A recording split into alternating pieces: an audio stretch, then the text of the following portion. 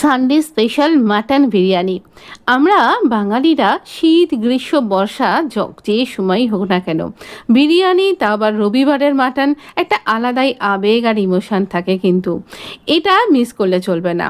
কিন্তু এখন তো ভীষণ একটা জ্বালানির একটা ব্যাপার রয়েছে, তো আমরা এলপিজি বেশি খরচা করব না, আমরা প্রেশার কুকারে তৈরি করব মাটন বিরিয়ানি, আর তাও আবার হবে এই রকম সুন্দর ঝরঝরে। যখন ঢাকনাটা খুললাম, গন্ধটা যদি সত্যি আপনাদের কাছে পাঠাতে পারতাম, এই রকম সুন্দর, এত জুসি, এত ইয়ামি, মানে এই মাটন বিরিয়ানিটা আপনি নিজে যখন খাবেন বা অন্যকে খাওয়াবেন, সবাই বলবেন যে আপনারটাই সবার সেরা, কলকাতার সব দোকান পিছনে পড়ে রয়েছে। এই মশলাগুলো যেগুলো আপনি স্ক্রিনে দেখতে পেলেন, স্টার অ্যানিস, একটুখানি তেজপাতা, দুরকম এলাচ, একটুখানি আমি এখানে দিয়েছি ব্ল্যাক পেপার, এই সব কিছুকে আমরা ফোড়ন হিসাবে দেব। কিছুকে বাদ দেবেন না কিন্তু, তাহলে সেই গন্ধটা আসবে না।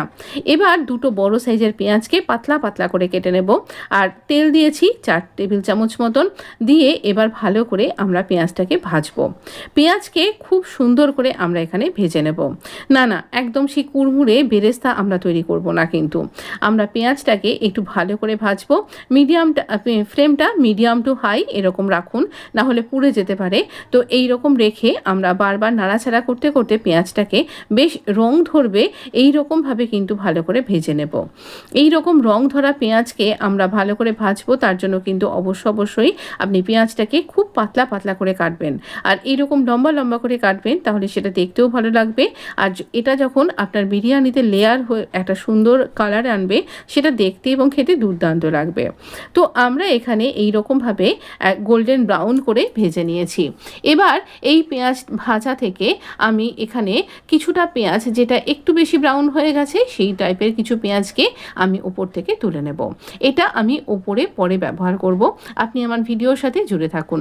এবার আমরা মাটনটা একদম পুরো 24 ঘন্টা ম্যারিনেট করে রেখে দিয়েছিলাম। 24 ঘন্টা ম্যারিনেট করে রেখে দিয়েছি।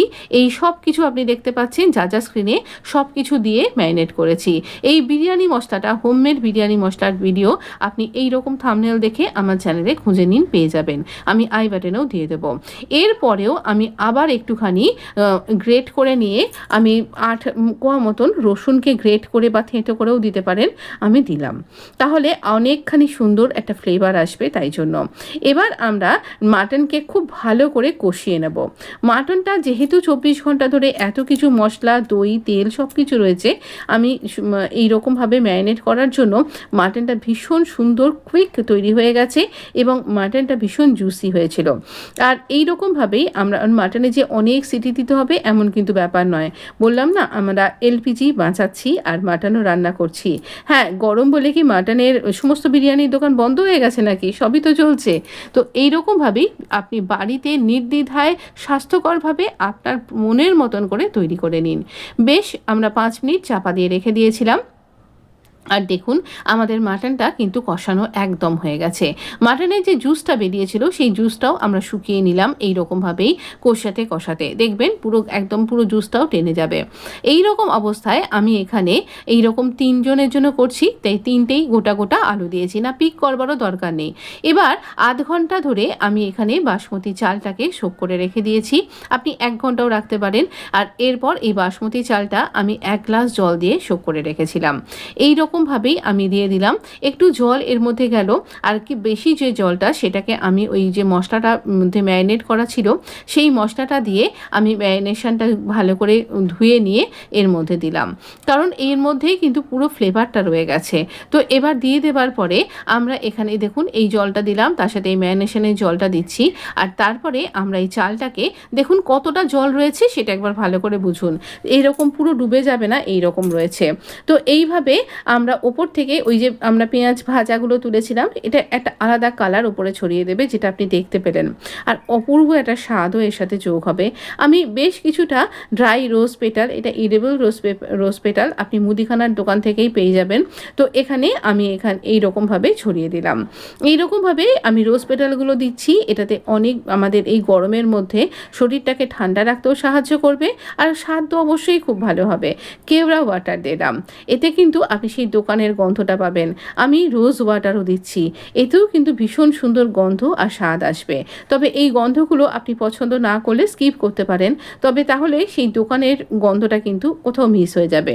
তো এই রকমভাবে আমরা এখন কিন্তু আঁচটা আমার হাই ফ্লেমে, মিডিয়াম টু হাই এরকমই আছে। আপনি দেখতে পাচ্ছেন এটা ফুটতে শুরু করে দিয়েছে। এই গরমে স্যাফরন খুব বেশি দেবেন না, তাই অল্প 3-4টে এরকম স্টিক্স আমি এখানে স্যাফরনের দিলাম। মিঠা আতর যেটা না দিলেই নয়, না হলে সেই অদ্ভুত রকমের দোকানের যে একটা ফ্লেভার সেটাই আপনি পাবেন না। তো এই মিঠা আতর কয়েক ফোঁটা দেবেন, খুব বেশি দেবেন না, 5-6 ফোঁটা ম্যাক্সিমাম। তো এবার এরকমভাবে রেখে দেব আর হুইসেল আসা পর্যন্ত আমরা অপেক্ষা করব। আচ্ছা, একটা হুইসেল এখানে পড়েছে, আর তারপরেও আমি বন্ধ করতে করতে আরেকটা হুইসেল যেই পড়ে গেছে আমি ফুল স্পিডে ফ্যানটা চালিয়ে দিয়েছি, ফ্যানের তলা রেখে দিয়েছি, কিন্তু হুইসেলটাকে বার করিনি, ভেপারটা বার করিনি। যখন নিজে নিজে এটা রিলিজ হয়ে গেছে তারপরে আমি যখন খুললাম তখন এই রকম দেখছি। আর গন্ধটার কথা কি আর বলবো, আপনি বানান তাহলেই বুঝতে পারবেন, আমার কথায় কেন ভরসা করবেন, নিজে বানান নিজেই বুঝতে পারবেন আপনি কি বানিয়ে ফেলেছেন। ওই যে বললাম সব দোকানের বিরিয়ানি ফেল, আপনার বিরিয়ানি একদম সেরার সেরা। যখন খাবেন তখন শুধু একবার আমাকে থ্যাঙ্কস জানাবেন যে এই রেসিপিটা আপনি আমার চ্যানেল থেকে পেয়েছিলেন। অবশ্যই তৈরি করে খান। আমরা দেখুন যারা দৈনন্দিন সমস্ত কাজ করে থাকি ঘরে বাইরে, তাদের অনেকখানি প্রেশার থাকে। রান্নাঘরে অনেকক্ষণ ধরে বসে, অনেকক্ষণ ধরে অনেক রকমভাবে বাসনপত্র জড়ো করে একটায় বিরিয়ানি কষিয়ে আরেকটাকে ম্যারিনেট করে আবার দাও, আবার দমে দাও ইত্যাদি এত কিছু বাসন কে বার করে, কেই বা মাঝে ঘষে। এইভাবে তৈরি করুন, আনন্দ করে খান, আর স্বাদের কথা কি আর বলবো। যদি একটা রেসিপিও আপনি ফলো করে থাকেন বা আপনার এতটুকুনিও মনে হচ্ছে যে একটু বানাই, তাহলে দ্বিধা করবেন না, এক্ষুনি বানান আর আমাকে অবশ্যই জানান কেমন লাগছে। দেখছেন কতটা ঝরঝরে একটা সুন্দর বিরিয়ানি তৈরি হয়ে গেছে। অবশ্যই এক্ষুনি বানিয়ে নিন। কিন্তু যে দিন আপনার খুব মনে হবে আজকের দিনটা আপনার জন্য স্পেশাল, সেটা আপনার জন্মদিন হতে পারে, অ্যানিভার্সারি ডেট হতে পারে, বা কোনো স্পেশাল ডেট হতে পারে, তাহলে আবার কি, অবশ্যই বানান। ভিডিও ভালো লাগলে সাথে থাকতে একদম ভুলবেন না। ভালো থাকবেন, সুস্থ থাকবেন, ধন্যবাদ।